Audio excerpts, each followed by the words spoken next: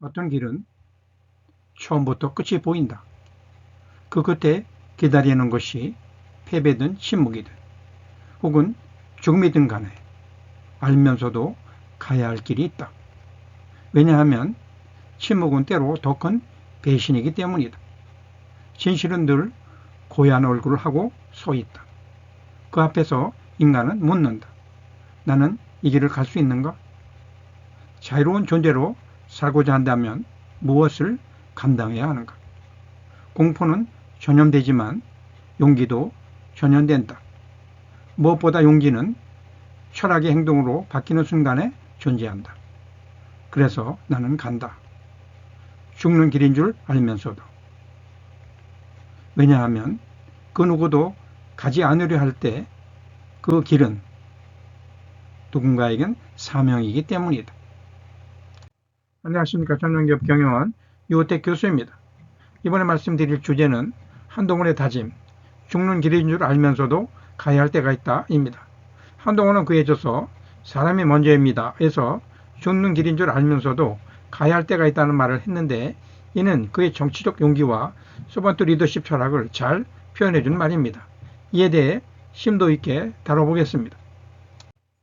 죽는 길인 줄 알면서도 가야 할 때가 있다는 이 말은 그가 윤 대통령의 비상계엄 선포 반대와 그의 질서 있는 퇴진 주장이 받아들여지지 않자 탄핵을 할 수밖에 없다는 주장을 하면서 밝힌 말입니다.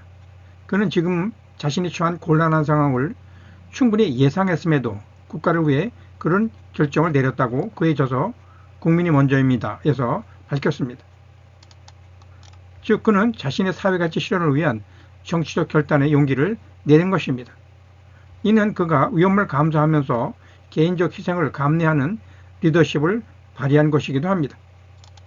그의 이런 행동은 개인의 가치와 사회적 의무를 실천하기 위한 그의 신념과 책임의식이었습니다. 정치적 용기란 무엇일까요? 정치적 용기란 대중의 인기만을 위한 것이 아니라 지금 당장은 불이익을 당하더라도 국가와 국민을 위한 자기 희생의 용기입니다. 즉 정치적 용기란 신념과 원칙의 실천입니다. 희생을 감수한 선택입니다. 위기 속 빛나는 지도력입니다. 한동훈 전 대표는 계엄 반대 의사를 표명하면서 인간적 분에도 함께 드러냈습니다. 한동훈 전 대표는 정치권 최초 계엄 반대 의사를 공개 표명합니다. 이는 그의 정치적 위험을 감수한 용기의 사례이기도 합니다. 둘째, 그의 계엄 선포 반대는 상당한 정치적 부담의 선택이었습니다. 그럼에도 자신의 신념에 따른 소신 있는 의견을 제시했습니다.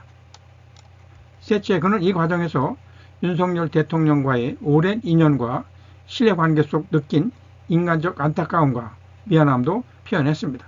하지만 국민을 위해 그렇게 선택할 수밖에 없었다는 것입니다. 넷째, 국민과 국민의힘의 미래를 위한 고뇌에 찬 결단이었고, 계엄 상황 지속 시 발생할 혼란과 갈등을 예방하기 위해서 또한 민주주의의 원칙을 수호하기 위한 선택이라고 했습니다. 다섯째는 그가 정치적 안위보다 국가와 국민의 이익을 우선시하는 정치적 용기의 실천적 사례입니다. 진정한 리더십의 단면을 잘 보여준 실사례입니다. 그럼에도 불구하고 계엄 반대 우위 파장은 만만치 않습니다. 핵심 보수층 이탈 현상이 나타났습니다. 즉 지지층이 일부 이탈했습니다. 둘째, 배신자 프레임이 확산됐습니다. 강성 보수의 비판이 이어지고 있습니다. 셋째, 합리적 보수 이미지는 강화되고 있습니다. 즉 중도층의 재평가가 일어나고 있습니다. 윤석열 대통령 탄핵 이후 한동훈 전 대표는 새로운 정치적 과제에 직면한 상황입니다. 탄핵 찬성파와 반대파 사이 균형을 유지하며 보수층 통합의 필요성이 있습니다. 국민의 상처를 치유하고 정치 개혁과 공정사회를 위한 구체적 정책으로 신뢰 회복을 위해 새로운 정치 비전 제시가 시급합니다. 탄핵의 혼란을 개혁 기회로 삼고 국민을 섬기는 소통과 문제 해결 능력을 입증해야 합니다. 지지율 하락이 반드시 나쁜 것만은 아닙니다. 물론 단기적으로 나쁠 수 있지만 장기적으로는 그렇지 않을 수도 있습니다. 지지율 하락은 때로는 옳은 결정의 증거입니다. 한동훈 전 대표의 계엄 반대는 인기보다 원칙 선택의 결과일 수 있습니다. 표면적 수치가 아닌 역사적 평가를 바라보는 안목이 진정한 리더십의 시작입니다. 정직한 길은 항상 대중의 박수를 받지 못하는 것이 현실입니다. 옳다고 믿는 길을 가는 정치인은 대중의 즉각적인 지지를 상실할 가능성이 있습니다. 그러나 일시적 인기 하락이 반드시 실패를 의미하는 것은 아닙니다. 원칙에 충실한 정치적 용기가 장기적으로는 더 큰 신뢰와 존경을 획득하는 계기도 됩니다. 진정한 리더십은 지금의 숫자가 아닌 미래의 평가에 초점을 맞춥니다. 당장의 인기보다 후대의 판단을 고려한 결정이 역사 속 긍정적 재평가의 대상이 됩니다. 시대를 앞서가는 선택은 때로는 동시대인의 이해 부족의 가능성이 있습니다. 다음은 한동훈 전 대표가 발휘한 국민을 섬기는 리더십인 서번트 리더십에 대해 알아보겠습니다. 서번트 리더십은 타인의 욕구를 먼저 고려하고 충족시키는 봉사우선의 실천입니다. 조직과 사회에 대한 헌신을 몸소 보여주면서 구성원들의 성장과 발전을 돕는 리더십입니다. 권력보다는 의무와 책임을 우선시합니다. 구성원들의 입장을 이해하고 공감하는 능력입니다. 서번트 리더십의 핵심 가치 10가지 요소는 다음과 같습니다.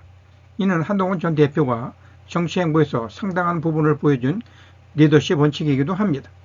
첫째, 경청입니다. 국민의 목소리에 귀 기울이고 여론을 존중하는 소통을 중시합니다. 둘째, 공감입니다. 사회적 약자와 소외 계층에 대한 진정성 있는 이해를 말합니다. 셋째, 치유입니다. 정치적 갈등 속에서 화합과 상처 회복을 위한 노력을 합니다. 넷째, 인식입니다. 복잡한 정치 상황의 본질을 꿰뚫는 냉철한 통찰력을 가집니다. 다섯째, 설득입니다. 강압이 아닌 논리와 대화로 국민의 지지를 이끌어내는 능력입니다. 여섯째, 개념화입니다. 한국 사회의 미래를 위한 장기적 비전이 그려지도록 제시합니다. 일곱째, 선견지명입니다. 정치적 결단의 영향을 예측하는 전략적 사고를 가지는 것입니다. 여덟째, 청지기 정신입니다. 권력을 국민을 위한 도구로 인식하는 공직관입니다. 아홉째, 사람의 성장. 주변 인물과 국민의 잠재력을 끌어올리는 역량입니다. 열째, 공동체 형성입니다. 분열된 사회를 하나로 모으는 통합적 리더십입니다. 한동훈 전 대표가 그에 져서 사람이 먼저입니다에서 보여준 리더십 철학은 다음과 같습니다. 첫째, 원칙 기반 결정을 합니다. 양심과 가치관에 충실한 판단을 내리는 것이 중요하다는 점을 강조하고 있습니다. 둘째, 투명한 소통을 중요시합니다. 구성원들과 진솔한 대화를 추구하는 것이 그의 리더십 철학의 핵심이라고 볼 수 있습니다. 셋째, 윤리성을 강조합니다. 도덕적 기준을 유지하는 정치를 지향한다는 점을 강조하고 있습니다. 이러한 세 가지 핵심 가치가 한동훈 전 대표의 리더십 철학을 잘 보여주고 있습니다. 다음은 한동훈 전 대표의 정치적 도전 과제입니다. 한동훈 전 대표는 지금 정치적 역경과 비판 위에 서 있습니다. 하지만 그는 흔들림 없는 가치관을 유지하면서 원칙을 고수할 것으로 보입니다. 이러한 도전 과제를 극복하고 성장해 나가면서 그의 리더십은 더욱 견고해질 것입니다.